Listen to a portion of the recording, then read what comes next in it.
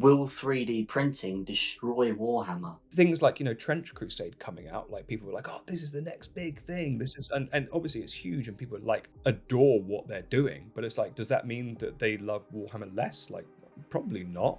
I played Dark Souls 1 in COVID and something just like hit me. I was like, oh, this is what gaming's about. This means everything. At that point, my girlfriend then said, ever thought about doing YouTube? I was like, I didn't even think about doing Instagram. Like, and I was like, yeah, all right. Literally sat down one day, I painted an onion knight in our spare bedroom. And then from that day, I painted and did one video a week for a year. It's not necessarily is 3D printing a threat to Warhammer, but the rise of indie wargaming. I think it helps them. Yeah, exactly. I think that's the biggest threat. Yeah, they've got enough money and they've got such a like devout fan base that, would their fan base ever really leave? Hi guys, welcome to another episode of the Sprue Goons podcast.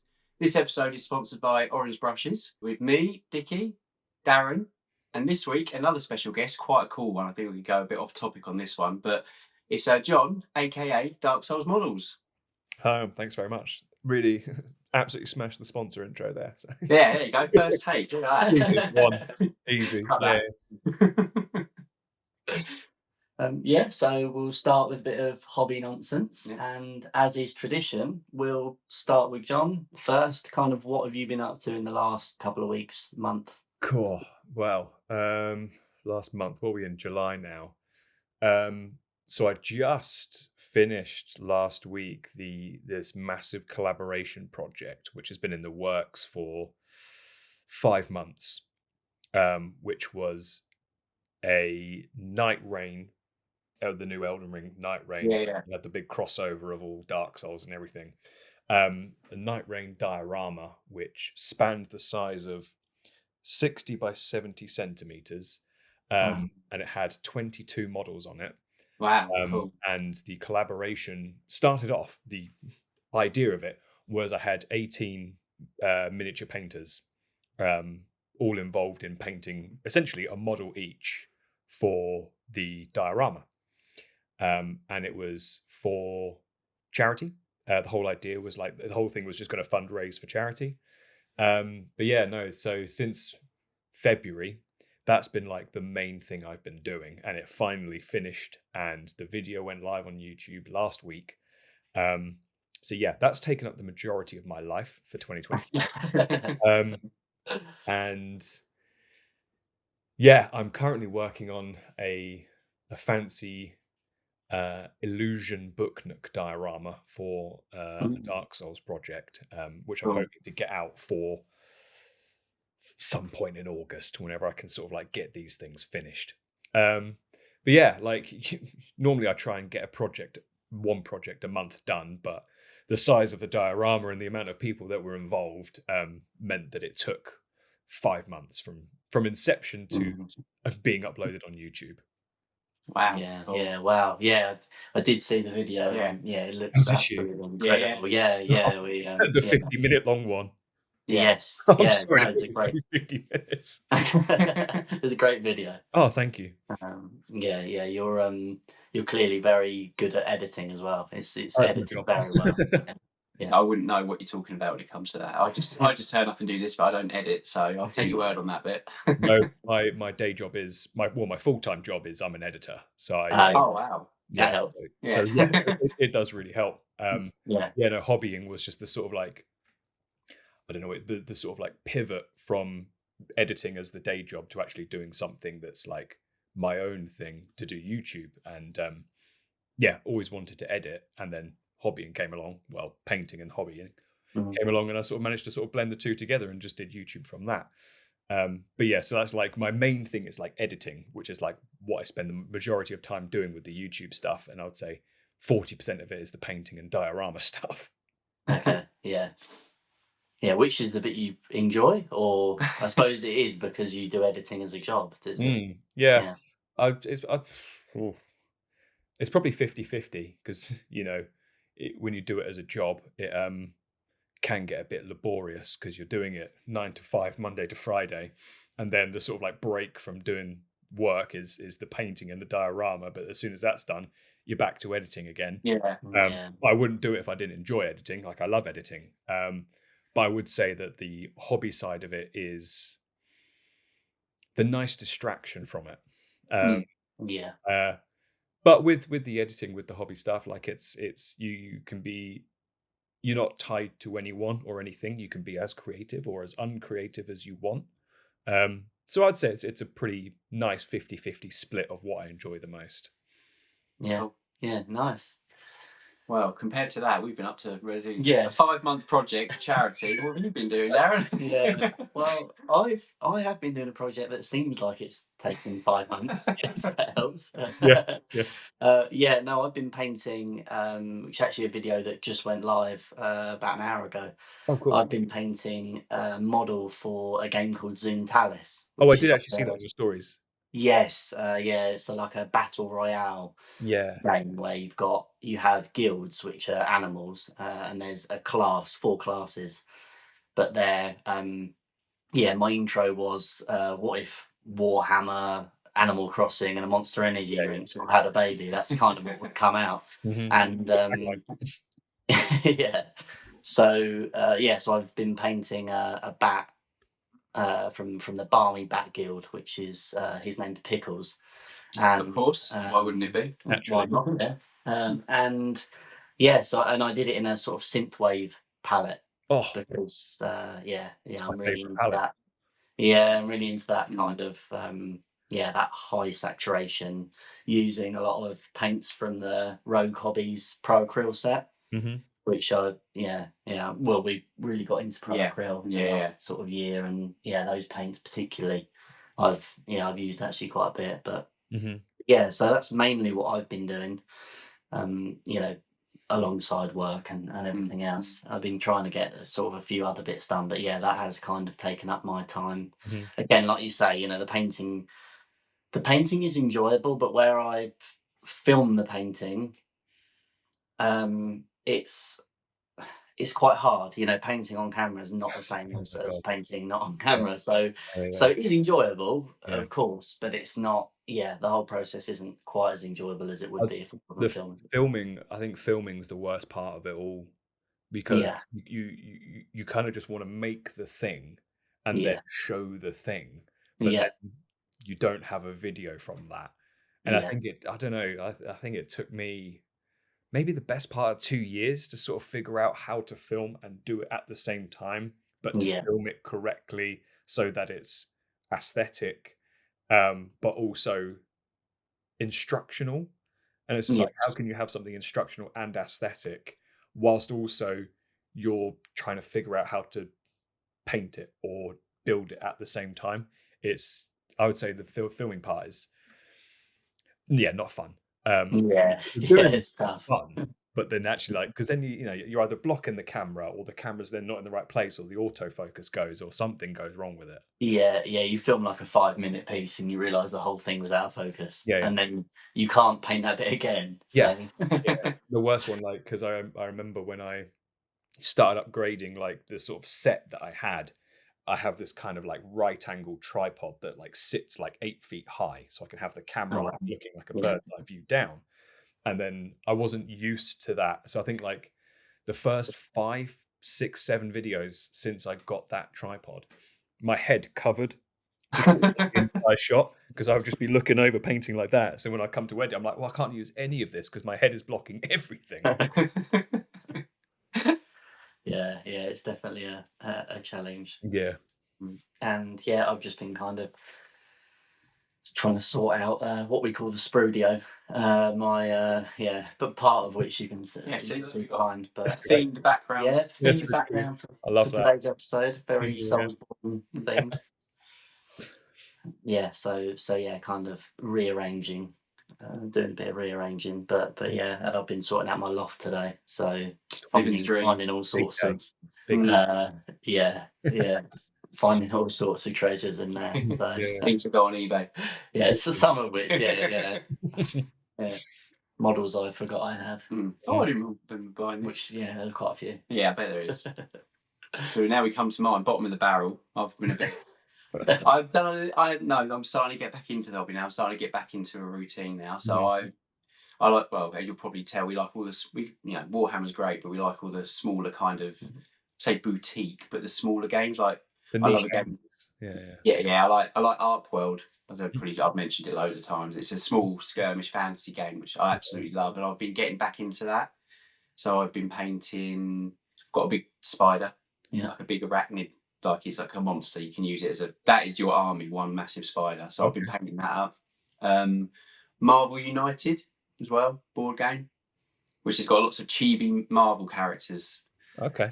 I'm a bit of a Marvel nerd as well, so I've been painting up Wolverine, which I think you've put up now. Yeah. He's gone up. I've just finished Iron Man. Excellent.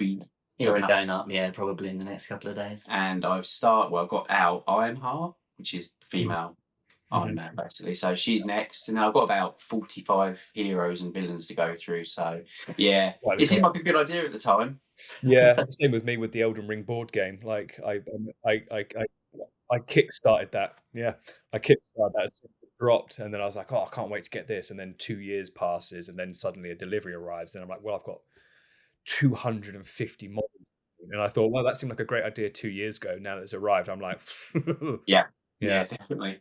Yeah, we cracked open that one, didn't we? We got that one sent over, and we opened it up. Oh my god, these models are brilliant. So who's going to paint them? Yeah, who's going to do this? Few painted, but the to be fair, the Godric model looks it's great, brilliant. That's what I've got on the side to paint now. I just haven't got around to doing it yet. I primed it, so it's like ready to go, but I haven't done anything with it yet.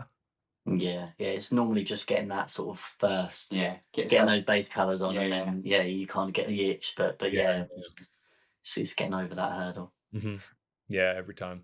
Yeah, no, I mean, you said that you had you sort of getting back into the hobby again. Like, do you find that you get weird waves? Because massively. And I've just put in previous episodes, I've gone on about it, but I've just recently moved, so it's been a case of trying to get everything back to normal, set everything back up. Well, I say recently, it's been a couple of months now, but now I am starting to get into a routine of got a few hours, and starting to. But we and Darren behind the scenes talk about it a lot, and I kind of. Sometimes, like you said, ebb and flow. Sometimes I'm just not in the mood. I'm like, I can't be bothered. Nothing's really interesting me. And all of a sudden, I'll get, like you said, really get going on a model. Next thing you know, oh my god, I can't. All I want to do is paint it. And like I said, I've done that Wolverine. I've smashed out Iron Man. Ironheart's next. And already I'm thinking, once that's done, which one am I going to do next? But then give it a couple of weeks, and I'll be like, no, I can't be bothered anymore. So definitely happens. But kind of have to learn to go with it, I think. We're awful for it. I kind of beat myself up about, I haven't painted for 2 weeks. And so what? Man, just, when you get that itch to do it. But absolutely. I think your itch is normally for something you haven't got. Oh, always. I was waiting for you to bring this up. Adding to the grey pile. Yeah. When Dickie was trying to get back into painting, I said, well, I've got a lot full of stuff. Like, just pick whatever you want. I've got Legion, Shatterpoint, what was it? Bolt Action, Underworlds, Ark World. I did say about the vampires from Ark World. Yeah. And it's like, I don't know, don't really fancy it. Oh, there's no hope. You need to get out of that. But I'm out of it now. I have climbed out the hole. Yeah. Until I fall back in it in a couple of weeks, but Yeah, big time. Well, there's a couple of things coming out that you're. I don't know if do you follow Games Workshop much at all in terms of their? Not the biggest amount, but I do follow. I mean, I follow it semi-regularly, I would say. Yeah. Not like an avid person that No. Stalks their output, but yeah. No, nor are we, to be honest. So keep that quiet. But we're not massively followers of games. We love Games Workshop, but we're not really. Yeah. But that said, they have just released the Chaos Dwarfs. They've announced Chaos Dwarfs for Age of Sigmar, and what are they called now? Hellsmiths of Hashut or something. Something like that. But I always love Chaos Dwarfs. Literally the other week we were talking. I was thinking, I might get some 3D printed ones. Yeah, do some one-page rules. With them and build an army of Chaos Dwarfs. It's like they've thought, hang on, hold my beer. Like they do every time. Yeah. So I'm eyeing them up now. So I might get the spearhead for those and crack on some of them when they come out. But yeah, that's cool. I love those. So we've gone off tangent now. We're talking about new releases, but absolutely fine. Yeah. No, that's cool. The sort of like ebb and flow of it, I find is like, I'd probably say it's the biggest challenge of the entire thing, really. But like, I can imagine that if painting and miniatures is like your full-time job, I mean, it's probably quite similar to me for editing, is that, you know, it can feel like you have to do it, because if that's like Yes. your job, and it's like, it doesn't matter if you don't have the itch or want to do it. It's like, you have to do it. It doesn't matter. Yeah. Yeah. But like, I think like, I mean, my sort of ebb and flow usually comes from like sort of procrastination before starting something new. So like, usually it's like, you know, there's usually like a threshold where I like get into the project. Like I have like, I usually kind of think 2 or 3 projects in advance. So like I am planning ahead what I'm doing next, and I'll finish a project, I'll edit it, and then it will go up, and then I'll just sort of sit in a hole, like just dreading the idea of starting the next project, because I'm like, I'm going to have to figure it out all again. I'm going to have to like figure out what materials to use and how to plan it out, and all the things that go wrong, you know, I have to figure those out. And it's like, I don't have to start that process again. And then it's like, you finally get to a point where you go, right, no, this happens every single time. Every time you start a project, you go through the same motions. So it's like, as soon as you just start, you get over that hill, and then everything's fine again. Definitely. But it's like, it is like every single time. I have to like tell myself this every single time. It's like, as soon as you start, it will all fall into place. By the end, you're happy. But Yeah. I've never figured out a way to not have to have that as a process. I don't think there is, to be honest. I don't think it exists. But if it does, like, if someone can tell me, that'd be great. Yeah, same. Let us know as well, because I would like to know. Okay, so on to the next section, which is meeting Dark Souls models, where we get to know everything, because we're massive Souls fans, behind the Dark Souls models channel, and yeah, kind of how it all started. But yeah, so first of all, I will ask the customary question that everyone gets asked, and I don't know if it's going to be different for you. It's normally pretty similar for most people, but how did you get into the hobby? Yeah, it's, you know, it's funny is most people preface that question, because I don't do Warhammer. Most people preface it would be like, it might be a bit different for you.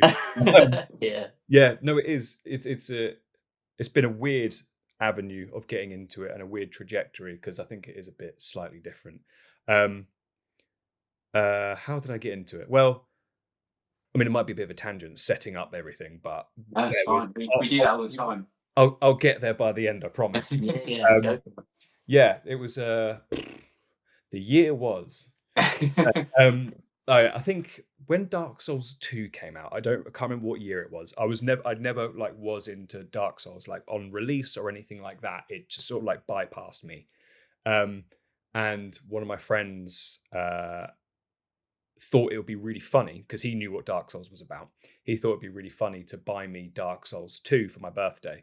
And I asked him, and I was like, well, don't I need to play the first one to be able to understand what's going on? He's like, nah, you'll be fine. And I put it in, started playing it, and I was like, this is the worst thing I've ever played in my life. There's no tutorial, there's no instructions. I was like, there's no story. I was like, I'm just kind of running around getting killed, and I don't know where to go, and nothing makes sense. And I put it down, and I never played it again. And I was like, that sucked. And then Sekiro came out, and I was like, oh, this is Dark Souls, but it's samurais.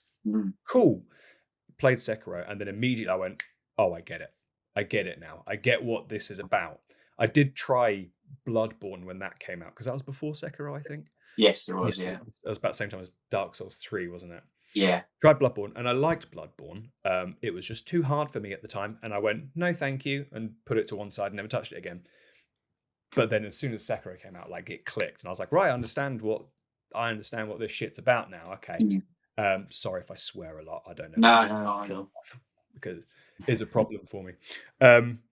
So once I had that, I was like, right, okay, I get the games now, and went back and sort of played them a fair bit, and then COVID hit, and when COVID hit, I just got really into playing them.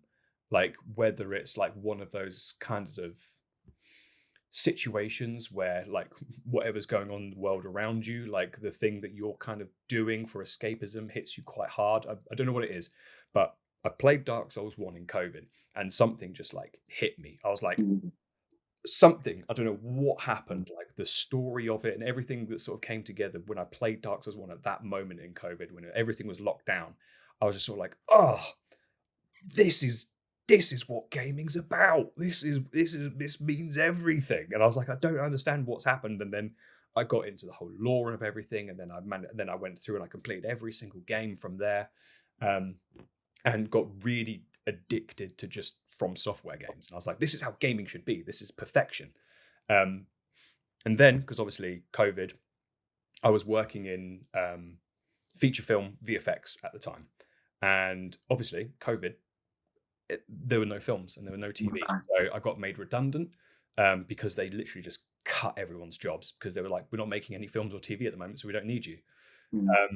So I went freelance, and while I was freelancing, I had a lot of spare time, and in that spare time, I just got hit with an advert for the Dark Souls board game on Amazon from Steamforged, and I went, oh, I love Dark Souls at the moment, and my good friend Toby, who's in the big video that I did, big board game nerd, and he always got me around playing massive board games that he has, and really complex board games, and he was really into painting miniatures and really into 3D printing, and I kind of just wasn't. So I was like, oh, well, I'll buy this and maybe I'll have my own board game with my own miniatures. Didn't realize that they came unpainted.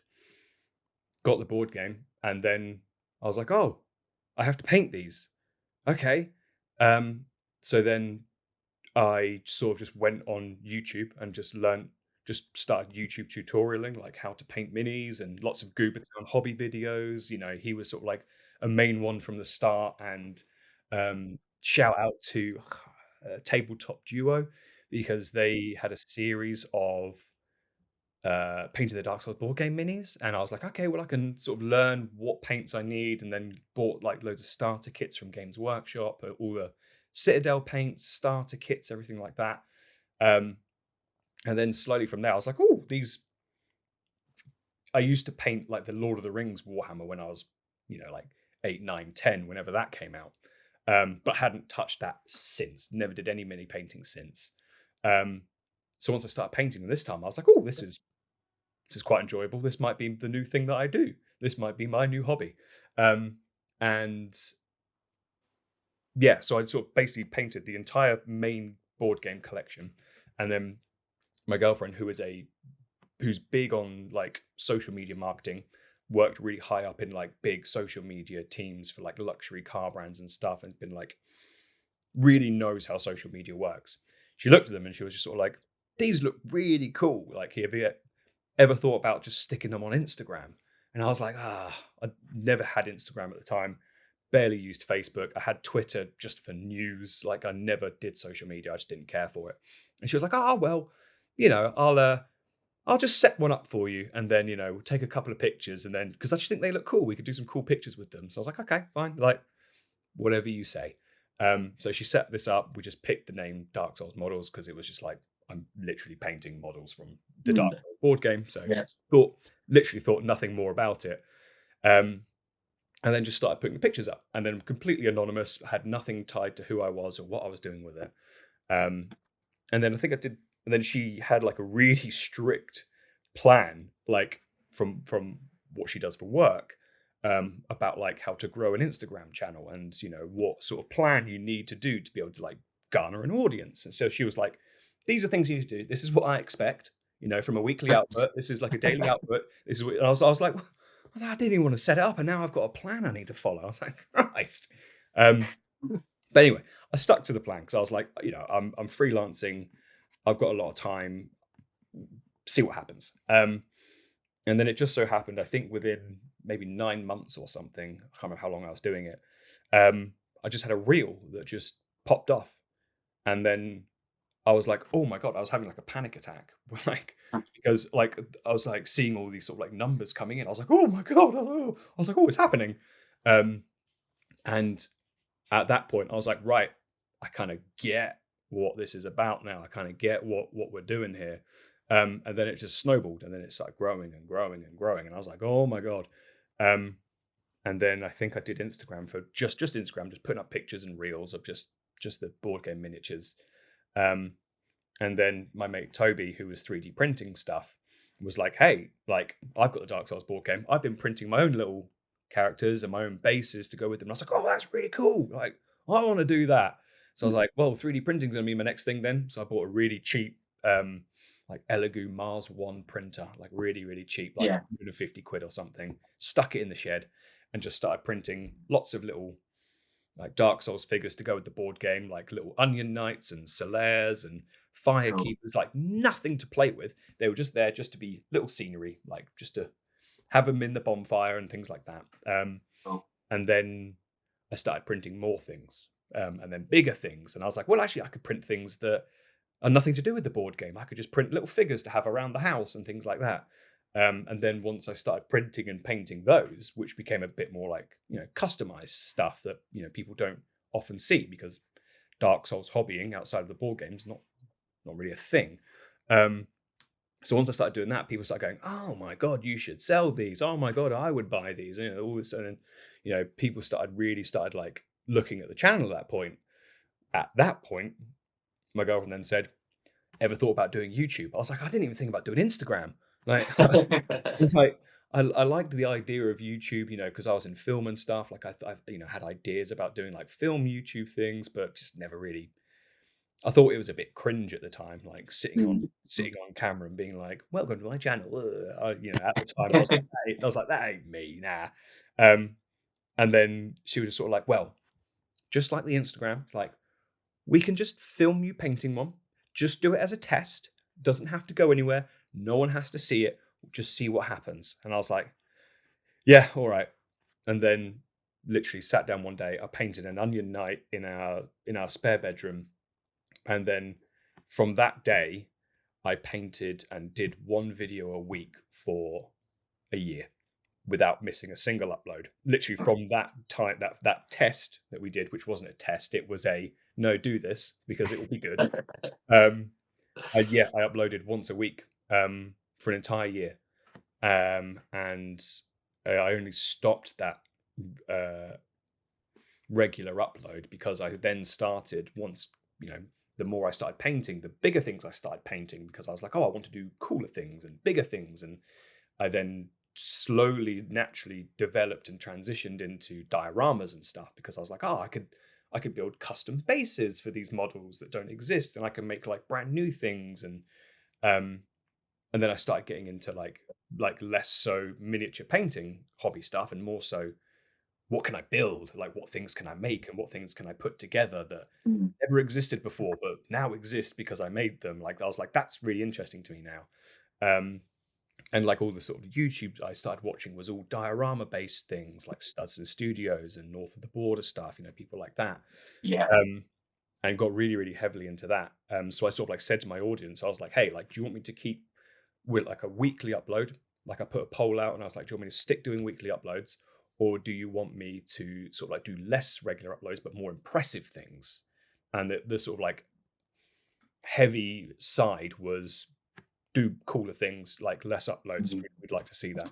So that was the sort of like natural transition. And I started like making small dioramas. Like I made like very like small little bits like that. And then gradually it just became, how can I make it bigger? How can I make it more impressive? Like, what cool things, like what electrics can I work into this now? Like, how can I bring my other passions of like film and music into the hobby as well? And like, I made, like that stupid music video, and I made like a diorama. Brilliant. That's not stupid. It's something. And like, because my number one thing I've always done is music, like write, play, produce music. It's always been my number one thing. Editing and film just became became what it became from that. So I've been trying to think about how can I start incorporating all the things I like into dioramas and creating things. So then that's just been the sort of like natural progression of the channel, like starting off just uploading board game miniatures onto Instagram, and then slowly transitioning into like, I want to put everything that I do into things that I make. And that's the sort of very long-winded answer of your original question. Yeah. Whatever that question was. Yeah, whatever it was 20 minutes ago.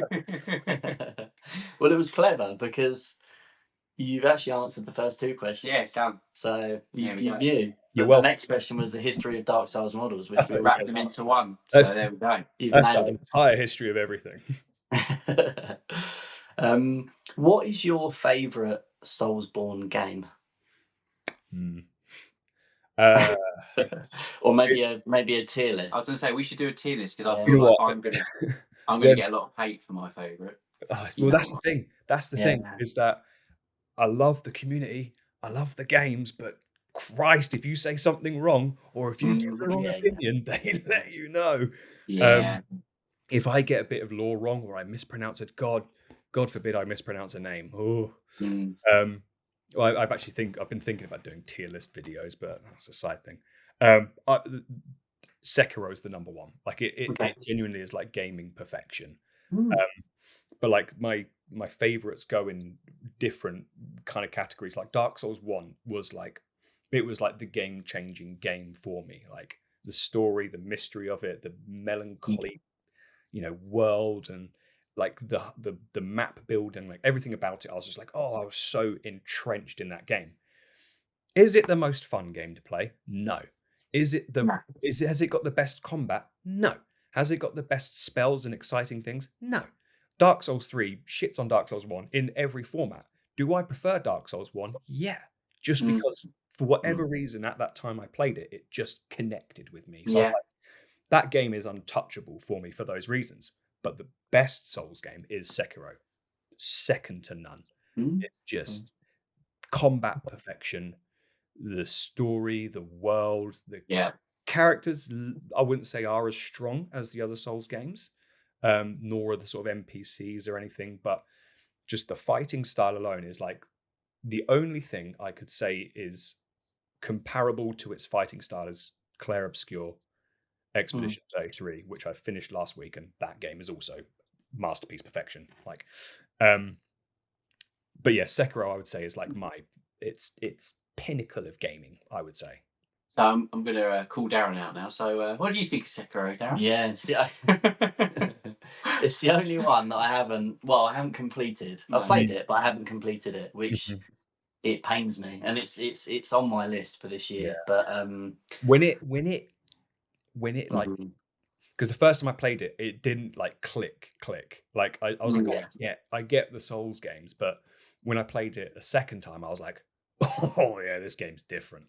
I platinumed it last Christmas when I was off from work. I was just like, I need to do this. I need to do this. And I think I played it 4 times in a row, like New Game plus 3, because I was like, it's so good. But yeah, like if you can complete Sekiro, yeah, do it. yeah, no, definitely. For me, mine's very controversial. I know it's hated in the community, but I had my reasons, a bit like you with 1 and 3. I know. I loved Dark Souls 2. Yeah. And that's it. We've got lots of dislikes now, but for me, it's a bit. Boys, That's fair. Yeah. But it's a bit like kind of it clicked for because Darren introduced me to the Souls games. I hadn't played any of them. He was like, "Have you ever heard of this game called Dark Souls?" I'm like, "No, I've never heard of it." Let me show you. So we played 1 through together, didn't we? But you'd already finished it, and then 2 come out, and it was the first one that we played like together, if you know what I mean. So we got it on day of release. We took time off work. We went through it together. Like we'd go through the zones separately, then we'd summon each other in for the bosses. Nice. Do my boss, and then come back in and do his boss, and then the whole game. So it's great way of doing it. As it's a sentimental one. Yeah, it kind of as it was the one that kind of got me into it properly. And I controversially didn't really like number 3. So I don't know why. Didn't really enjoy it. I prefer 2 and 1 to 3. Yeah, I mean, 2 gets too much hate. Like I get the criticisms that people have of it. Yeah. I don't agree.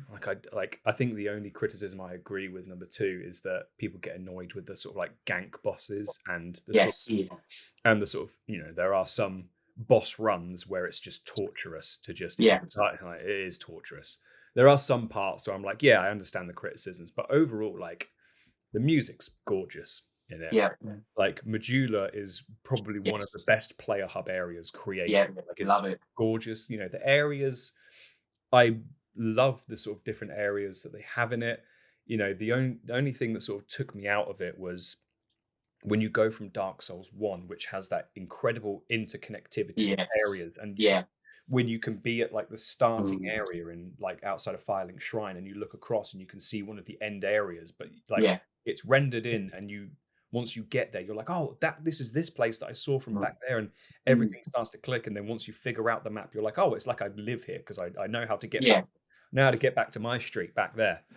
Whereas like Dark Souls 2 missed that straight away from the beginning because you could just warp to the different areas. Yeah. It's sort of like, you kind of lose that really nice map building that they designed so well in the first one. I think that was like the only thing that really took me out from Dark Souls 2. But as a whole, it's a really wonderful game. Yeah. And like the DLCs for it are just the DLCs are great. Yeah, beautiful.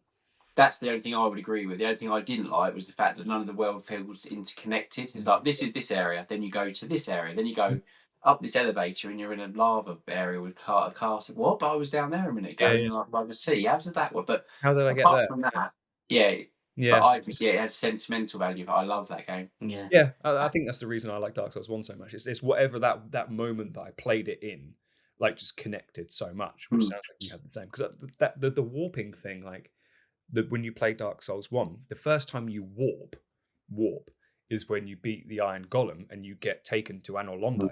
Yeah. I'm pretty sure that's the first consideration of warping. But then you get that it like changes the game, because then you fly over the wall and then you're brought into Anor Londo and you've got this amazing, cityscape skyline. Yeah, it's absolutely gorgeous. So it's like, oh my god, this game's opening up so well. But yeah, the initial warping really sort of loses that wonderful connectivity in the start of Dark Souls 2. Yeah. Probably the main thing that sorry, Bloodborne as well, I think. That and Bloodborne's my Bloodborne's the one that's kind of, I would say, I don't know, I suppose you've got kind of the main line, haven't you? Which is Demon Souls, 3 Dark Souls, Elden Ring.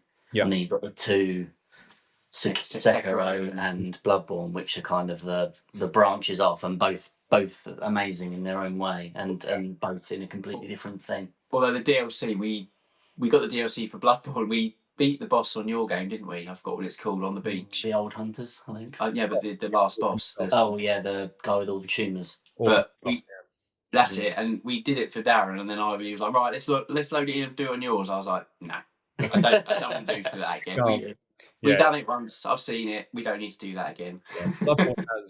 Bloodborne has like, if Sekiro was like perfection of combat, like that's what it perfected. It perfected combat. Whereas like Bloodborne, I think, has the best of everything spread across everything. It doesn't have better combat than Sekiro. It didn't have that sense of sort of magic that Dark Souls 1 had, but it had a 10 out of 10 story. It has 10 out of 10 bosses, 10 out of 10 music, 10 out of 10 world building. Like, across the spectrum, it's I would say, it's why my metrics are so all over the place. I would say it's the highest scoring across all metrics is Bloodborne. Like, it hits everything so perfectly. But things like Sekiro, like, perfects combat. Like, Bloodborne didn't perfect combat in its game. It's very sort of Dark Souls 1. Well, no, not Dark Souls 1. Dark Souls 3 similarities to it, I would say. But what it does have is everything. It has everything going for it. So it's like, if I was to put them on a tier list, I would put Sekiro as S tier, and then if there was a gap in between A and S, Bloodborne would sort of sit in that weird AS gap there. Because it's just, I'm a massive like eldritch horror nerd. Love that shit. Like, anything where there's just big behemoth beasts that make no logical sense to a human brain. I'm like, oh, give me that. Like, any sort of cosmic horror, give me that. If I can play that in a game that's like Dark Souls, what more do I need? And the music and everything, and the bosses, it's a truly wonderful game. One of the best bits, I think, from sort of memory is the in Dark Souls, where you first come across the gaping dragon. When you say about things like eldritch horror, and it comes out, and it's sort of it just looks like a sort of big crocodile, little baby, and then it kind of comes back up, and its whole stomach. I'm like, what on earth is this game? There's one of those like jaw drop moments where you're like, what is this game? There's no way I'm going to kill that. Yeah, absolutely. But I'm a massive fan of the Demon Souls remake. if you've not played that. But Oh, yeah. but yeah, absolutely stunning. Oh, it's Well, how far? I didn't get that far, did I? I played it. So I got PS5, so I played it at yours for Yeah, not that far, but a quarter of the way in. Yeah. That what I played was great, yeah. but I didn't finish But it. yeah, I platinumed that in the end, and that was tough, mainly because I accidentally, well, not accidentally, but I killed all the NPCs at the end of playthrough 1 and didn't realise that completely Oops.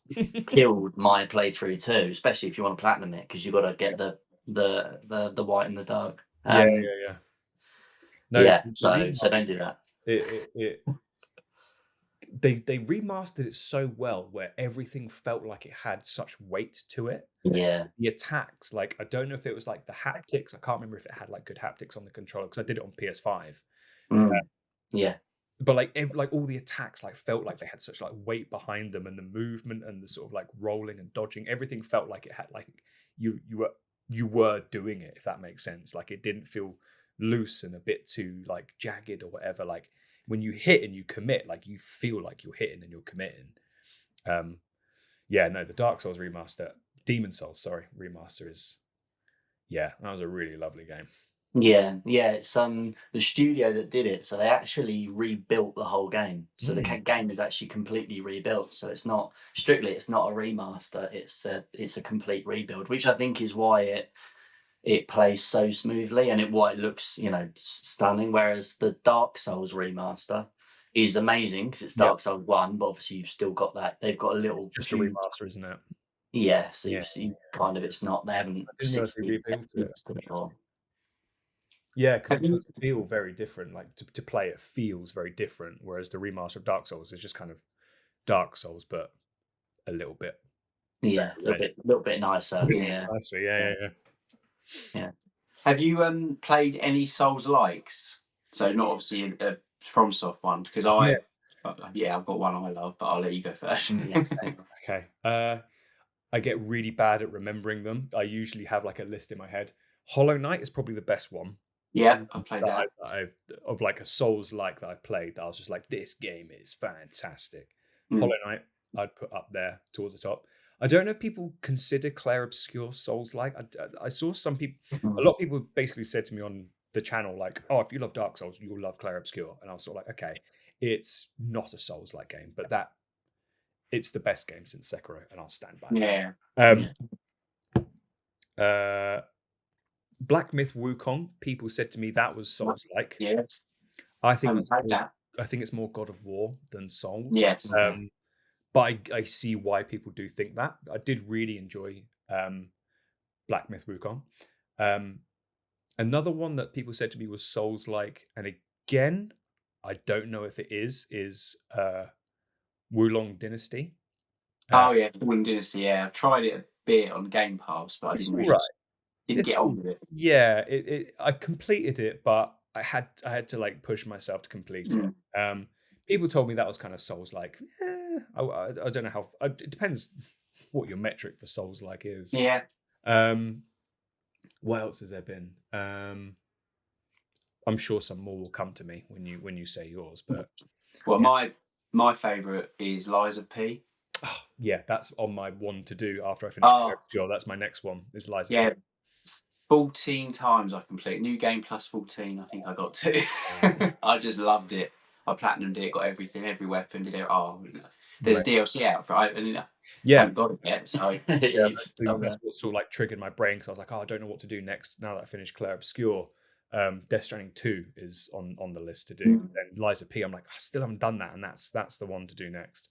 I also had Lords of the Fallen. Haven't done that yet.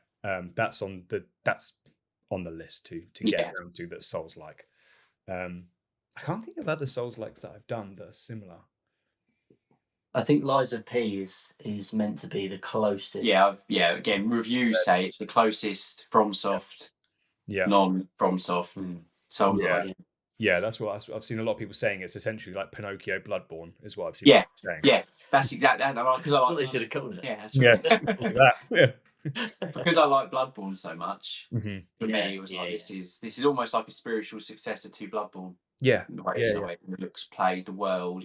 I love it. I'm talking about now. I'm gonna go and play it. Yeah, I've got to play it now. Yeah.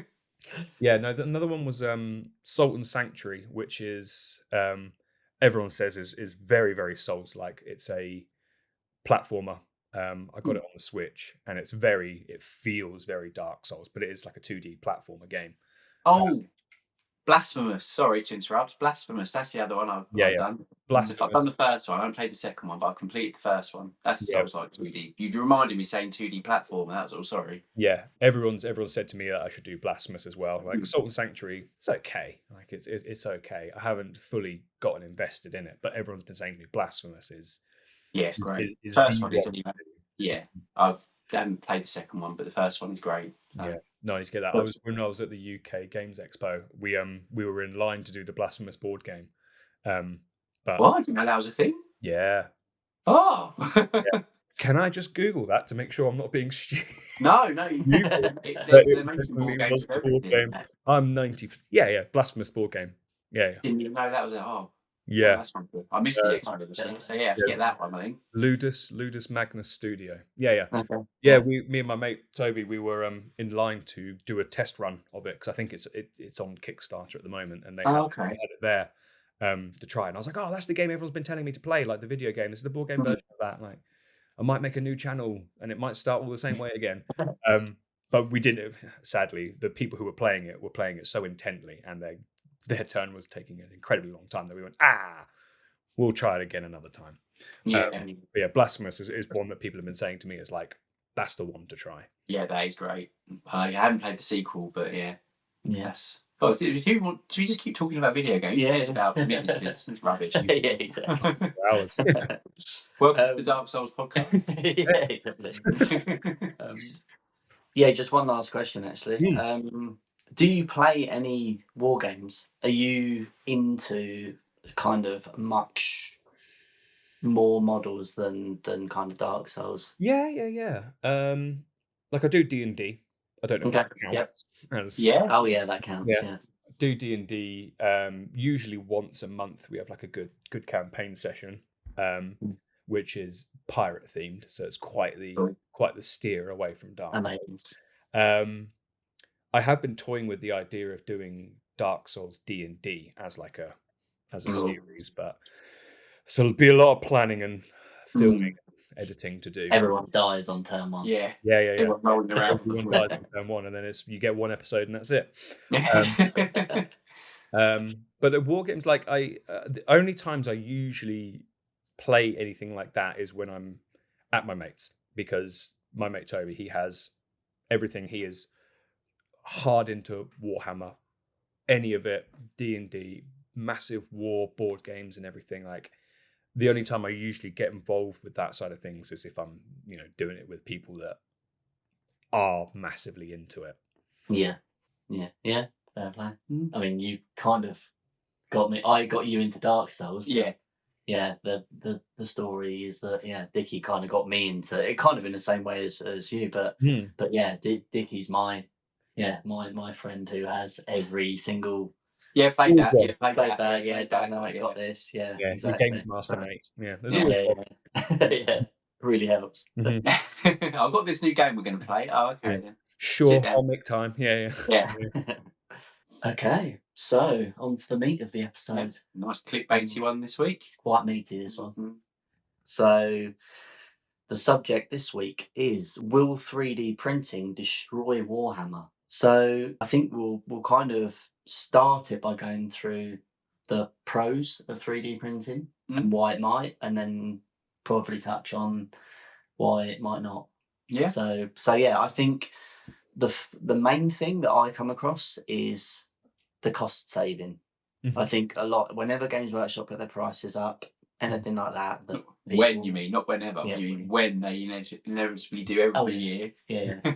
So yeah, kind of the cost saving for players, I think is it's got to be up there, hasn't it? As a reason for why it's gonna potentially not necessarily dethrone Warhammer, but I think it must be eating into their sales. Obviously, we'd never know. But I say that they make millions every year, don't they? So probably not. Yeah. But they made record sales this year where they gave every employee a Oh, bonus, shit. didn't they? Yeah. Yeah. Like 30 million in profits that they gave to their employees, so they must be doing all right. Yeah, they're not doing bad. But yeah, I think what 3D printing gives as well is like customization. See, Yeah. when you can, I know you kind of touched on it earlier when talking about like sort of printing the Dark Souls models, and then actually I could print this, or I could print that, or I could print a sculpted base, or I could, it's Mhm. so it's sort of, I think it offers more customization than obviously buying, the exact thing from. I know you can kit bash and you can kind of do that, but being able to print bits, Yeah, definitely. Yeah. I think kind of helps. Yeah. I can't ever see a situation where, like, if the if the clickbaity title is would 3D printing ever destroy Warhammer? I don't think there would ever be a situation that it could. Because I think, well, number one reason is that 3D printing, no matter how accessible and how mainstream it comes to consumers, it's like what people, I mean, this sounds like a generalization, but I think a lot of people, if they're thinking about the idea of 3D printing, they're not thinking about like how the logistics of it. So it is very cost saving. However, you do need to have like space in your house to do it, but like you need safe space in your house where you can have a printer, because like, if you're printing with resin, the fumes are toxic. So it means that you can't have it, in a room without like proper ventilation. And that's not just like having it by a window. That's like having extractors and air purifiers or ventilation systems that extract fumes away from your house. So it's like, you can just buy a 3D printer and print stuff and save money that way, but you need to have like a real setup in order to be able to like actually use one safely and time and time again. So the idea that anyone can buy a 3D printer, but it doesn't mean that they can actually like properly use it.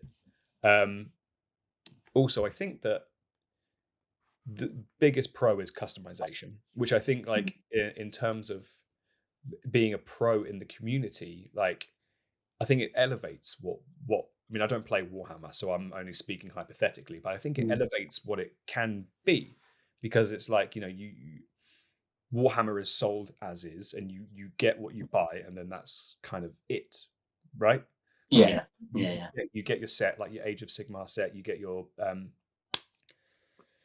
space guys, what are they called? Ooh. No, they're called space guys. I go. Space Yeah, the guys. space guys, Blue space guys. the blue space guys, yeah, you know them. We get so much hate for that. You're gonna get bad comments. Dark Souls 2, blue space guys. Oh, this is not going well. Oh god, just delete that. Yeah. Like you get what you buy, and then that's it.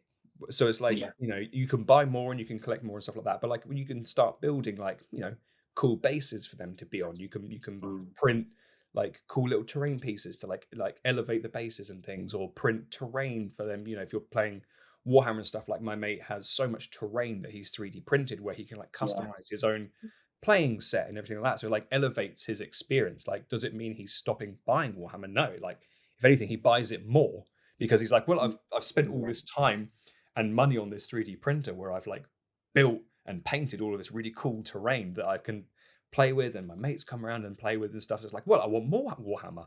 So it's like, if anything, like I think the idea of 3D printing like elevates what Warhammer could be. But then I do think a lot of like, how businesses pivot because of like, because I work in film and stuff, like how businesses pivot with AI, because that's such a big thing about like, how should you incorporate AI, like, or, will you get left behind if you don't incorporate it? And it's a similar kind of thing for, I would assume, like Warhammer. So it's like, if it ever got to a point where, Games Workshop was like losing sales, or they were really struggling because 3D printing became so massive, people didn't want to buy it anymore. I feel like they would probably like pivot a business model that would be like, well, we'd sell the STLs, we'd sell the 3D files of the stuff. So it's like, they can have like the official file that's like perfectly designed, so they can get the perfect print every single time of what they want to print. So then, I would think that if it ever got to a point where things were damaging what the sales were and what Games Workshop is, that they would probably just figure out how to incorporate 3D printing into what their business model is. But But to me, I think I don't ever see 3D printing could destroy No. what it is. I think I could see like what the cons would be, and how it could. It's like AI for film. It's like, should everyone have access to AI to create film? That's kind of up for you to decide. But like, should everyone have a 3D printer? Probably not, because there's a lot that goes into having it. Like, people just might not have the space or the capacity to even like properly use one safely. So yeah, I think at the end of the day, like, I think the 3D printing, if anything, would elevate what Warhammer is. Yeah, I think as well. Does everyone want a 3D printer? Yeah, Probably not. probably not. They probably just want to pay 35 quid for a box of Space Marines and not have to worry. Like anything else that's built for convenience in this world. Yeah. Obviously it's cheaper to make your own a lot of stuff, but people don't do it. I do think you touched on a good point there, though, that I do feel like in the future, obviously with 3D printers becoming a lot more accessible, getting better and better and better all the time. Yeah. I do feel like, and cheaper. Not now, but eventually, cheaper, yeah. But I do feel eventually Games Workshop will it almost feels like they kind of bury their heads in the sand a bit about it. No, we're the biggest model company in the world. We don't need to worry about it. They're never going to touch us. But I do feel eventually, don't know when, they will start to see a bit of a knock-on effect from 3D printing.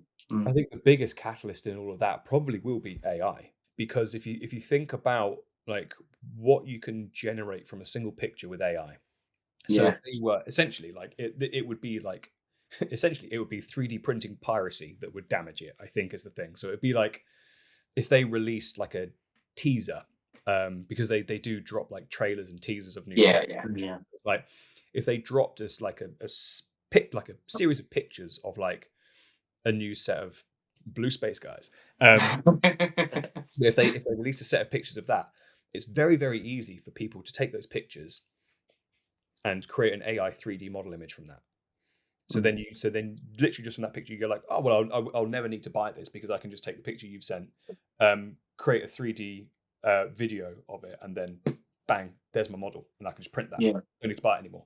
Like, I think, and then things like that, I think that's where they'll have to start thinking, because that's 100% possibility.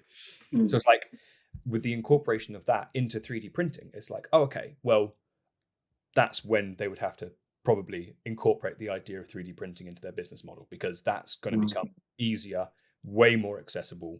And, if people can just take a picture of the new thing that's come out and then have it already printed before it's even released, what's the stopping that? There is literally no safeguard for, and I'm not this is not me giving people ideas to do things. There are things like that with like the rise of like all this AI like technology that's coming out that's giving a possibility for that to happen. So there definitely will need to be a time where Games Workshop and companies of the like who do their own figures and stuff would have to incorporate some sort of like 3D printing, whether it's producing files for downloads or subscriptions for models and things like that, that they would have to pivot at some point.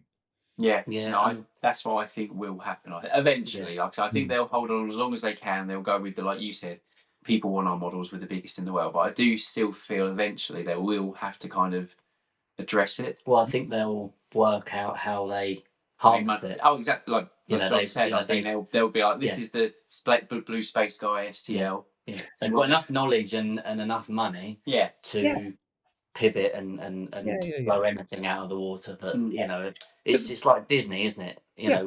That they see someone coming up with something and they either buy it or they just copy it or they do whatever. They've got enough money that they can. They've got enough money and they've got such a like devout fan base that would their fan base ever really leave? No, probably not. Like things like Trench Crusade coming out, like people were like, oh, this is the next big thing. This is and obviously it's huge and people like adore what they're doing, but it's like, does that mean that they love Warhammer less? Like, probably not. Like, it's just another cool thing. Like, if it means you can still buy Warhammer stuff and Games Workshop stuff, like, I don't think it detracts away from people's love of that. Like, any extra things that I do or extra if I print and paint stuff from other games, it doesn't detract away from, you know, my love of like From Software and things that I'm doing there. I think if anything, it just enhances it because yeah, more content the better. That's what people want, isn't it? Just more, just more stuff, more Blue Space Guys. More Blue Space Guys. Yeah, Never have enough of them. Yeah.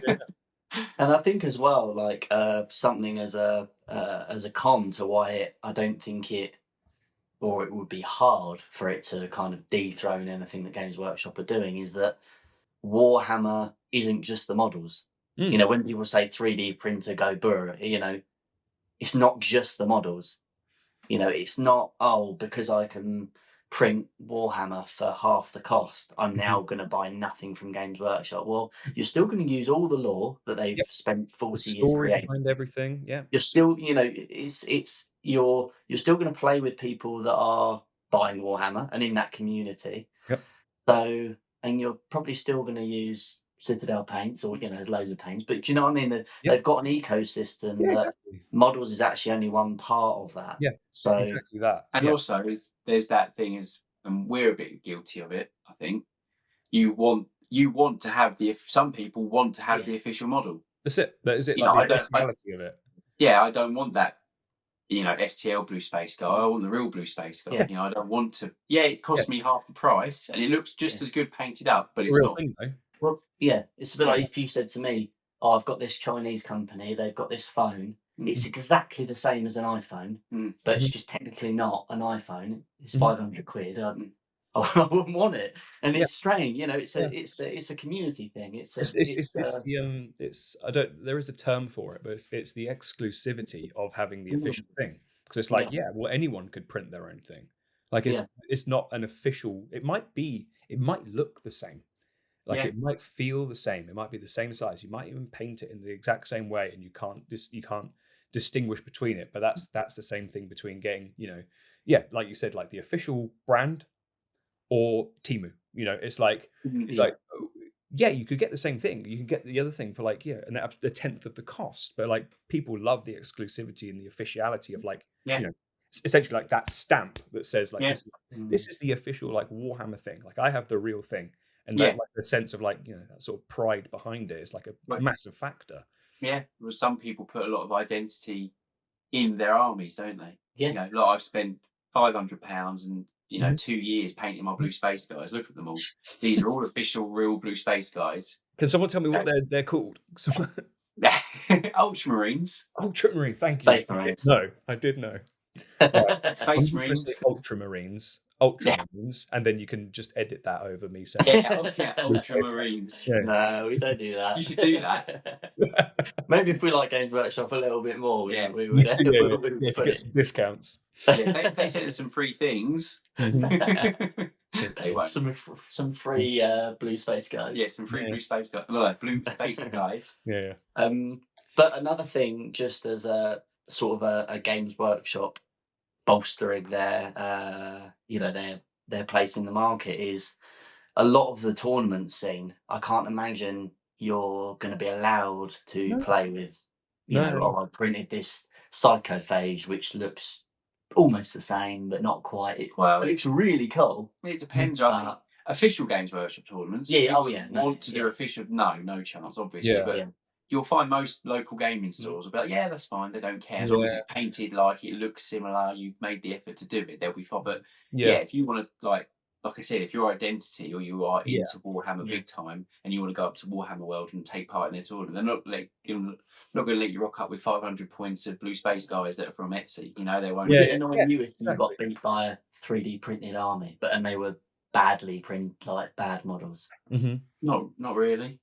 Personally, no, because it's not my army. You know, your army looks shit. I always lose anyway, so I'm used to losing. I'm a bad player. I'm a good painter. Yeah, exactly. I can paint them. I just can't play. So that's, that's half of the course for me.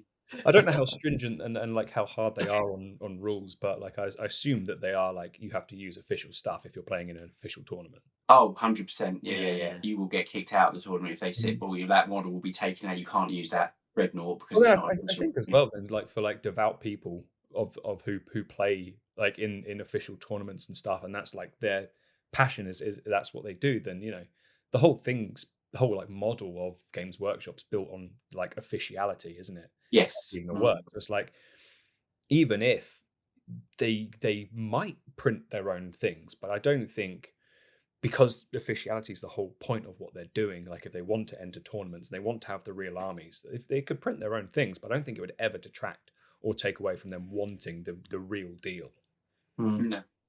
Yeah, and I think in theory they can and probably do go after people that have got very similar Blue Space Guys. Oh, they definitely. They own that IP. They have. like Disney. They own that IP. So if you're, technically, if you turn up with an army of Space Marines, that's not illegal. No. As in legal in the in the term of. They don't own the term Space Marine. That's why they call No, but what I mean is the design of them. Yeah, well, we went to that show. Do you remember a year ago or so? We went to that games exhibition show, and there was a guy selling 3D printed Space Marines, and they were they look like Space Marines. They were 100%. They had 3D printing. They were half the price, and I thought no one's going to do anything there. But if you got if Games Workshop saw that, they'd be all over it. They they close it down straight away. Yeah, absolutely. Right. Yeah. But, we've gone off on a bit of a tangent. What we were talking about there. Yeah, you're gonna get sued, mate. Yeah, you're gonna get sued. Take your Blue Space Guys out of that cabin. Yeah, that's their name now. Mm-hmm. We should never call them their name again. Yeah, fine. I'm gonna collect some Blue Space Guys. Yeah. I'm gonna get so many hate comments. Oh my god. I don't think so. You never claim to know. So that's true. That is true. Yeah, I think I got down here that a pro of 3D printing is sort of the rise of indie wargaming in general, really. So it's not necessarily is 3D printing a threat to Warhammer, but the rise of indie wargaming. I think it helps them. Exactly. I think that's the biggest threat. Yeah. Yeah. I can't remember at UK Games Expo. God, I want to remember the name. Malediction. Yeah. Yes. Malediction. And I was talking to those guys, and the way that they have their thing set up is incredible. Where it's like they do like that idea of what we're saying about Games Workshop pivoting. It's like they do.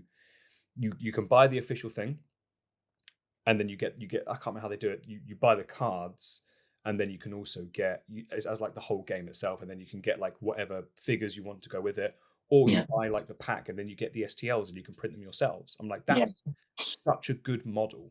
Like that's such a good way of doing it, because it gives you the option. Like you can have the official thing, and it's the perfect model. It's the official thing, stamped. Great, I've got the real deal. Or I can print my own thing, and they still make the money either way. They still have the business ticking over, but it's at no loss to them. They've incorporated it into one. That business model, and that becoming what I think is looking to be kind of like a mainstream thing across lots of different is that rise of that business model will be the biggest threat to Games Workshop, because they aren't that business model, and they locking off different avenues of where you can make revenue is just not the way of doing things, really. No, they have their way, and it's obviously successful year on year on year, but the more these like maledictions, and I think Trench Crusade do the same. Don't they? Yeah. More like prevalent, and how like all it will take will be like another Trench Crusade to come along that's as big and will like continue to grow, that will be like Games Workshop will have to be like, we're gonna have to do something similar. I definitely agree. Like one-page rules. Trench Crusade, even Arkwell, they do. You can, they're more resin, but they do like 3D print. He runs a 3D print show. There's loads of smaller companies do it. And like you said, I feel eventually, and it's only going to take one big game like Trench Crusade, if it does continue to grow, that it will make Games Workshop kind of think, "Ooh, we need to jump on this bandwagon." Because and I think it goes hand in hand with 3D printing becoming more accessible and more people doing it. With that business model, which is the main fear of starting a model business, is you've got to invest in all the molds, you've got to do all that side of it, and you've got to design all the miniatures and everything. And that's a huge investment. That's a cash investment. Whereas all of a sudden you can design a game and run it on Kickstarter, and you can download the STLs. Obviously you've got to design the miniatures, but you've got no capital. It's a one-off payment, or you do like a royalty to the designers, or however you want to do it. But like, you've got a file you've got indefinite sale revenue from it, because it can be downloaded and bought X amount of times. But yeah, I don't know how.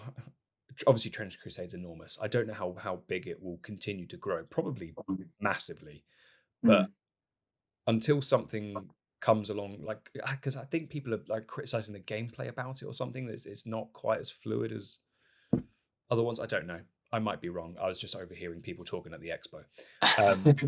But whatever it is, like until there is like the next big hit, I don't think it's ever like. There's also the whole thing about like, because obviously 3D printing is becoming more accessible and it is becoming cheaper and it is becoming easier for people to do it. But also, until they make it safe, because it's not unsafe, but you do need to have a setup where you can safely clean and be safe from the fumes and all of these kinds of things that are like aren't thought about, by people who don't think about 3D printing, because it's just like, oh, I can just print, great. Like obviously there are steps, Elegoo are taking where it's like, it is becoming easier for it to be safer and way more accessible, but like because it seems like such a big learning curve. Like having a 3D printer is an investment, and it's like, oh, I'm gonna have to learn how to 3D print. Like that's a whole thing just for me to do this game. Like until it becomes like so accessible where it is like literally plug and play. I can just buy a 3D printer. It's safe for me to just have in my office or whatever, and then off it goes, off it can run, no problem, and then I can just have my stuff. Until that's a point, I don't think it's going to be too much of an issue. You still have that level of inaccessibility to it, Yeah, we found that, didn't we? Because we toyed with getting a 3D printer, but then exactly like you said, we kind of thought, well, where are we going to put it? We need to make sure it's got ventilation. We then need to learn how to use the software and use the build plate and do it all and print. Whereas, like you said, if it was on the desk next to us now and you went, oh, I've got a new STL that I've just downloaded, plug it in, press print, and in a 2 hour or whatever, 3 hours, it's ready to. Yeah, I think if you're in a world where you've got a 3D printer anyway, and then you see this game on Kickstarter, like then I'm like, wow, I need to like. The only reason I didn't buy Malediction was because I was like, I've got the Elden Ring board game sat at home. Like, I don't need more things. I need to paint the things I've got. But like that hooked me in straight away because I was like, what a great business model! What a great game idea to like include anyone that you have a 3D printer. You can play this game and at your own customization. Don't have a 3D printer, you can still play this game and have the official stuff. Like anyone can do it from either side. I'm like, that's great. Yeah. But yeah, until like a lot of 3D printers nowadays are plug and play. Like you can literally put it in, everything's loaded up. Great, there we go, up and running. But even then with plug and play 3D printers, there still is a learning curve and there still is like the safety issues about it. So I think the more we talk about it, I don't champion Games Workshop, but the more I talk about it, I think, what are you doing? Just get the STLs out. I know they want to be seen as premium. They don't want to be giving away their STL. Exactly. They want to be seen as this bespoke company that don't give away but sell their STL. But what are you doing? You could make if they made a Blue Space Guy STL of for a unit of 10, they sold it for £20 or whatever. I'm picking numbers out my arse. £20. Right. They'd sell millions of them. And they've done nothing. They've just pressed a button, uploaded the STL to online, buy it here. Yeah. I don't know if it is the thing, but the only thing I could think of with that, because obviously Games Workshop's been around since 80s, late 70s, 80s, something like that. Around about the sort of 70s time, because obviously it's such an established brand from there, and there's a lot of tradition behind it about selling models. Is that if they then pivot to selling the designs, like is that like selling your identity? Is that like selling the business identity a bit? Because the idea is you're selling the model, you're selling the real thing, and then it's quite a hard pivot. It's quite a big thing to just go, well, you can just have your own now, because then it's like you're selling part of what Games Workshop's been built on for. It's a weird thing, isn't it? It doesn't feel right. It wouldn't feel right for me if they did that. Yeah, but that's the tartan you coming out. No, but as a business, as a business, I think that would be a big. And also, they're such a big company that it's going to take such a long time to like pivot that kind of change. It's not going to be and you can't take it back. No, it's true. Once that STL's out, and it's things like Joe Blogs, you can have this STL, but that's not a license to sell it. Mhm. And how do they police that? That's Because all of a sudden they're not making any models because you got everyone and his dog making models and selling them the second amount hand. of knockoffs I see that are like just posted on Etsy. It's like it is. But then again, every company has that. Like every company has that issue where if they sell a digital asset, it does get repurposed. Like, and that is a problem. But they wouldn't be the only ones facing that problem. But I would think that the main reason they probably haven't done it is that idea maybe of like selling the identity of what Games Workshop is a bit. Yeah, kind of losing a bit of value, aren't they? But they that. Yeah, all the time they don't sell the STL. You know that if it's a Space Marine on Etsy, it's not real. Yeah. Whereas, it would be quite hard to distinguish otherwise, wouldn't it? But who knows? Let's watch. It's a lot easier for an indie company to come out of the waters and have it as an established business model. It's a lot easier because they're new and they can just introduce that and be like, hey, like it's actually like a really good way of getting a lot of people interested really quickly into your game or whatever it is, because you're not isolating any audience, but because the workshop is established, like and they make money year on year on year, like it's not really a need to, I guess, at the moment. Yeah, and even with something like Trench Crusade, it doesn't mean you need to print them yourself either. They are. The STLs are available, but you can get them printed on, I think, My Mini Factory or Only Games. I've already got my eye on a set. I looked at it the other week and I thought, God, they're cool. Even if I don't play the game, I love those. I'd buy those for like £45 or whatever it is, and I've got exactly. I've already been looking into it, so I've never even played it, but I just saw this warband. Thought they're cool. So a bit of a blasphemous look to them. Just what we were talking about. So. So in conclusion, will it destroy Warhammer? No, but I do feel like they need to kind of it's chipping away. But I don't think they're never going to destroy them. But I do feel like in time they will need to kind of somehow address it. But you raise a good point. How are they going to police selling on that? I think John's right in terms of they will pivot. One of the things that I had written down was Games Workshop will likely adapt to a changing market. They've done it before. They've got enough money and enough people that know what they're doing. So they're not going to do a blockbuster. They should see this coming, but should see this way you say it should. Yeah, but it's whether they think it's whether they think actually, are arrogant enough to think, well, actually, no, we don't need to. Who knows? I mean, maybe they don't need to. Big companies get comfortable because they think they dominate the market, which they do. But then it only takes a Trench Crusade. It only takes something like that to sort of like derail it. Yeah, definitely. Yeah, there we go. That's that put to bed. See in the comments how wrong we are. Yeah. No, 3D printing will destroy Warhammer. He just says Blue Space Guys. What an idiot. Yeah. Dark Souls 2's rubbish. Dislike. Yeah. I don't claim to know Warhammer. I'm just going to put that as a disclaimer. Yeah, no. I think Blue Space Guys has made that quite clear, I think. I did Lord of the Rings Warhammer 20 years ago. I just want to... That's the extent of my knowledge. Which is great, by the way. That's great. Yeah. Right. Okay. Vicky's favourite time. It is Sprue or false. Hate you. Have you got a theme tune for it yet? No, that's what I wish you would get a fucking theme tune for it. We can work on that. It's not worth it because it winds him up so much. Yeah. But I mean, your music. If you can give us a theme tune, that will make my year. Oh my god.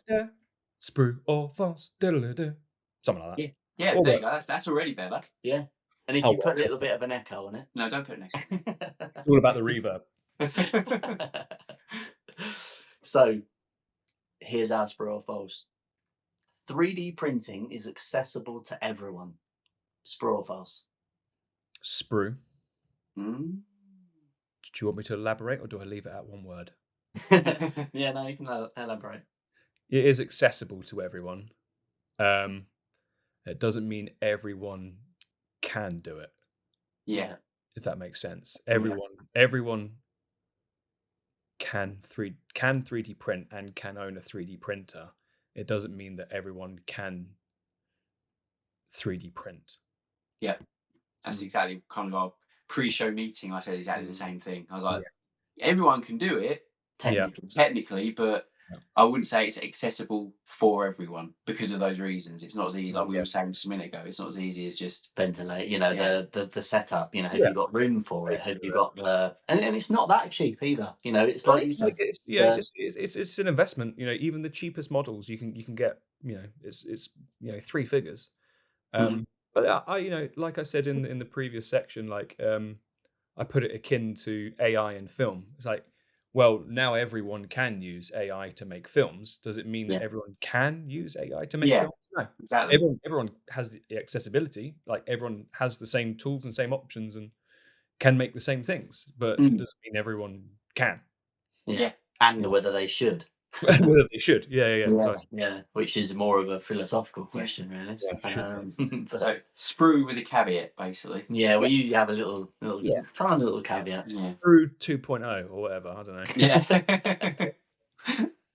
know. Okay, so time for Paint Grey eBay. Okay, so this time we've got some Dark Souls themed Warhammer. So I had a look and I tried to find Warhammer models. Don't have to be Warhammer, but I thought this would be quite a cool one because partly, John, you've painted most Dark Souls models. So to give you a Paint Grey eBay, you'd probably say, well, I've painted all of them. So I thought Warhammer, but could be Dark Souls. You can imagine these in a boss room. Yeah. All sitting around the bonfire in Dark Souls. So the first one is Jelson Daruk, probably butchered that, Vampire Hunter. Then we've got, I'm going to butcher this, the Mind Stealer Spheranx. That's the one. Oh, so right.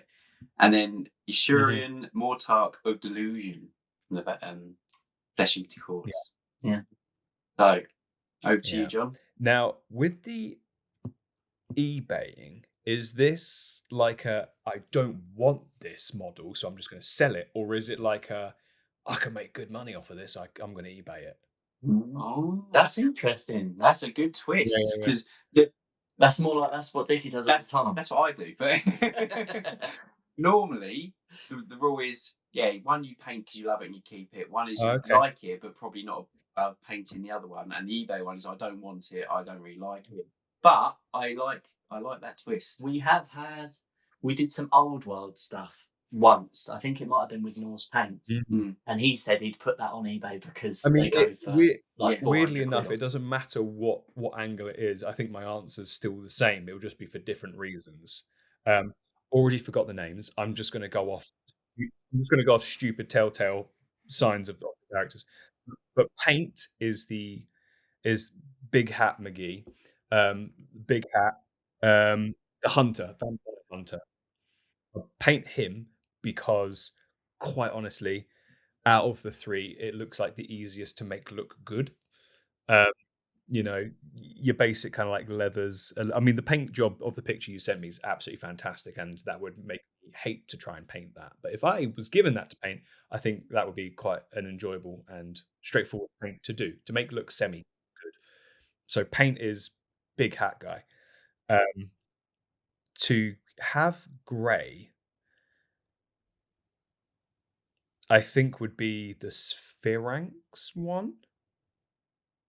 The cat, the big cat with horns, because I wouldn't want to get rid of it. I wouldn't want to put it on eBay because it's such a cool looking and distinctive model that even if it was grey, if I still had it out, people would go, fuck me, that looks cool. What's that? I'd go, I don't know, it's a big cat with horns. It looks cool. Even if it was left grey and unpainted, I still think that's a really cool design. So I'd still like to keep hold of that. Whereas the big Hunchback and Notre Dame dude, I think I was about to say looks dime a dozen. It doesn't. It's a really cool design. I've seen so many things like that. There's nothing to me that says that that's distinctive, which is why I'd be like, I'm keen to chuck that on eBay because it doesn't really fake too much. Because I think the Spheranx is so unique that I'm like, that's a cool mantelpiece. Like my girlfriend would say, get that off of the mantle. It doesn't belong there. That belongs in your garage. But regardless, it would still look cool on a mantle. But also, I also think that the other side of like, oh, I'd be really proud to put that on eBay and make money off of it, is that it is a cool design, the big hunchback dude, and you could paint it and make it look really, really cool, so that it can be a really cool centerpiece for someone. But to me, I don't think it holds too much of visual interest as opposed to the Sphinx to have as grey. I don't think having that would look as good grey as the Sphinx would look grey, and I'd rather just paint the easier one because it's easier to paint. There you go. That's quite interesting from someone who doesn't really do Warhammer to kind of look at these models. To look at Warhammer models, yeah, definitely. I mean, you're completely wrong, but that's your opinion. Go on then, Darren. Well, I like the fact that John painted that one, because a massive part of me wants to paint that. You painted it We've already? got that model. Oh, okay. It's in your loft right now. It's actually in that cupboard. It's in that cupboard there. It's literally 2 feet from us. I go and get it. But as a painter, the other two, there's so much to kind of get your teeth stuck into. If I take away from it that they take me forever, and you probably would I even ever paint it? But I suppose we are saying you would paint it. Yeah. So which one would you paint? I think I'd paint. Oh God, this is tough actually for me. I think I'd paint the Sphinx. Okay. Because it's a little bit Lumineth, which is like a elves faction in Age of Sigmar. It looks like something out of Elden Ring to me. Yeah, it looks kind of from like a Soulsborne point of view. Most of the games are very dark and very, like you said, eldritch mythical kind of vibes. Whereas Elden Ring, you get those few sort of really majestic, like the Astal. This is going to absolutely fuck me up. But look at it, it's stunning. Those kind of gilded and. Forgotten its name. There's more hate comments coming my way. Astal. I can't remember his name. The big scorpion-looking thing that just like comes, Astal the something born. Google it before I get. Start of Darkness. Yeah. No, Astal Natural Born. Astal. Like those kind of cosmic things. That Sphinx one gives me that kind of like cosmic mythical vibe. That if I got to the end of a dungeon and then randomly the stars appear in this dungeon, I could feel this thing coming out of the ground. Yeah, it's like kind of got that like Luminara kind of vibes. And so leave grey. I think I'd leave grey the vampire hunter. Jelson Darroch. Yeah, because I just love it, and I love Bloodborne. And that's given me massive Bloodborne vibes. Like you go into the graveyard, and this guy's like, you're in trouble basically. Or someone's players. If I got that as an armor set in Bloodborne, I'd be over. It looks like an armor set from Bloodborne. Yeah. Again, he's right in there, and he's grey. So Yeah, I mean, maybe I'll. Yeah. You leave him grey forever then. Yeah. And then you convey him as well. Yeah, but again, he looks absolutely brilliant, and I chose him because it's like you said. I just imagine like in a massive cathedral at the end of an area. You've just opened some huge double doors. And he's sitting on a throne at the end of sitting on a chair at the end of the cathedral. Stands up and he's going to fuck your shit up. That's you're in serious shit. That's even the mace he's holding. It's like a big bone. You don't hear anything, you don't see anything, but then you just get a close up of his hand just twitching like that, and then you're like, hang in trouble. Run. That's the vibes it gives me. Yeah. Okay, right, here we go then. So I'm going to buck the trend completely. Okay. I would paint the big guy, Yashurian Mortar, because I just love, from a Warhammer perspective, when that model was released, I was like, I love that model. I think it's absolutely great. Plus, it's very Dark Souls. It's on the theme that we're going for. It's, this paint grey eBay. Very grim. I just love that model. I'd love to paint it. Would I? Probably not, because look at getting under that cape. I'd probably, be like, oh, this is a nightmare. But I love the thought of painting it. I would leave grey Jelson, the vampire. Okay. Again, purely because it's just a cool model, and it is great sitting in the cupboard. I'm just keeping it as we have left it grey. We have left it grey. So, and again, that cat is brilliant, and it's very Elden Ring. But for me, I don't know. I feel like I'm going completely against what John said, but I look at it and kind of go, Yeah. it's all right. You know, whereas John's like, wow, it looks amazing. I'm a bit like, yeah, it does look cool, but you're don't right. know. I'm going to sell it. Yeah. Yeah. Yeah. So that's Hold the money. Yeah. Yeah. So yeah, I'd paint Yeah. the big guy, leave Grey the vampire hunter, Okay. and sell the cat. Yeah, so we've got a bit of that is a mixed bag. That is a mixed bag, yeah. Very Yeah. nice. But you two agreed on selling Big Boy. Yeah, I think it was it's kind of a Probably tough go for one a for good me. price as well. Normally, what was that? Sorry, John. You'd probably go for a good bit of money as well on eBay. So. Yeah, to be fair, he's Yeah, probably yeah. worth the most out of all Yeah. three of those. Makes my extra sense. Yeah, so really, I'm the idiot. So I'm keeping the most expensive model, and I probably wouldn't paint it anyway. So Yeah, and my sort of gut would be, you know, pick the two biggest ones for paint and leave grey because, you know, from a painter's point of view, you've got loads of stuff to kind of get your teeth into, cloth, you know, yes, loads of skin, that kind of thing. But I just love the theme of him, and I've painted. There's a Underworld's warband called Hexbane's Hunters. yeah, And they're vampire look. hunters. Yeah. But he's got the same kind of look, that sort of Van Helsing look. He's got a torch. He looks absolutely brilliant. And I really enjoyed painting him and the whole warband. So yeah, that's kind of why I went for that guy. There we go. Cool. Yeah. Right. That is it for another episode. All done. So yeah, so John, what have you got sort of coming up in the next sort of what's? I mean, you said about maybe doing another video kind of August time. Yeah. Hopefully, yeah, we got a cool partner with that video, which we're quite excited to sort of get out as soon as possible. But judging by today, it's nearly the end of July. It probably will most likely be out in August, so look out for that. It's going to be quite a fun illusion style diorama using mirrors. But other than that, I would just say go check out the big collaboration thing. You know, there's some really amazing people involved in helping that come to life. Some really cool painters that you guys have had on your podcast, and there's some faces that people recognize, which is awesome. And also, we're doing a big fundraiser for prostate cancer. So if you go and check out the channel, it'll be the first video you see. It's the big Night Rain diorama. The real tragedy of it is that I never got to haven't played Night Rain yet, which nor have I. I have played it. I haven't played it. Yeah, I've got it. Yeah. I haven't played it yet. Spent all my time doing the diorama. I still haven't played the game. Yeah, I would say just go check out that video, and if you can donate towards the fundraiser, that'd be awesome. No pressure to, but yeah, brilliant. anything we can raise for it would be awesome. Yeah, brilliant. Yeah, really good cause, and that video is is well worth a watch. Yeah, really good. Kind of love again, I think you kind of teased it in the short that teased the full video, but it's not so much of a come and look at this diorama as the ups and the downs and kind of what went wrong and what went right and kind of everything coming together at the end. The whole idea was to document a journey of it in the sort of more documentary style, which I hope sort of came across. 50 minutes long. If you've got a spare hour, go check it out if you can.